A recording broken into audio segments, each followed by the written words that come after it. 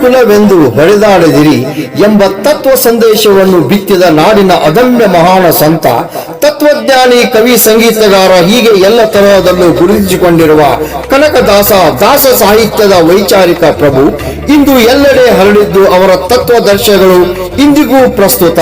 ಅವರ ಆದರ್ಶ ನಡೆ ನಮಗೆಲ್ಲರೂ ಸ್ಫೂರ್ತಿದಾಯಕ.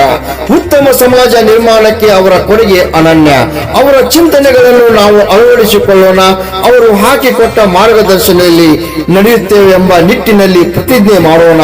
ಸಾಹಿತ್ಯ ಲೋಕಕ್ಕೆ ಅಪಾರ ಕೊಡುಗೆ ನೀಡಿದ ಶ್ರೀ ದಾಸ ಶ್ರೇಷ್ಠ ಕನಕದಾಸರ ಜಯಂತಿಯ ಸಮಸ್ತ ನಾಡಿನ ಜನತೆಗೆ ಹಾರ್ದಿಕ ಶುಭಾಶಯಗಳು. ಶುಭಾಶಯ ಕೋರುವವರು ಶ್ರೀ ವಿಜಯ್ ಗಾವ್ಡೆ, ಮಾಲೀಕರು ರೇಣುಕಾ ಹೋಟೆಲ್, ಹುಕ್ಕೇರಿ. ಉತ್ತರ ಕರ್ನಾಟಕದ ಸಮಗ್ರ ಕ್ಷಣದ ಮಾಹಿತಿ ನಮ್ಮ ಪ್ರಜಾರಾಜ್ಯ ಕನ್ನಡ ವಾಹಿನಿಯಲ್ಲಿ.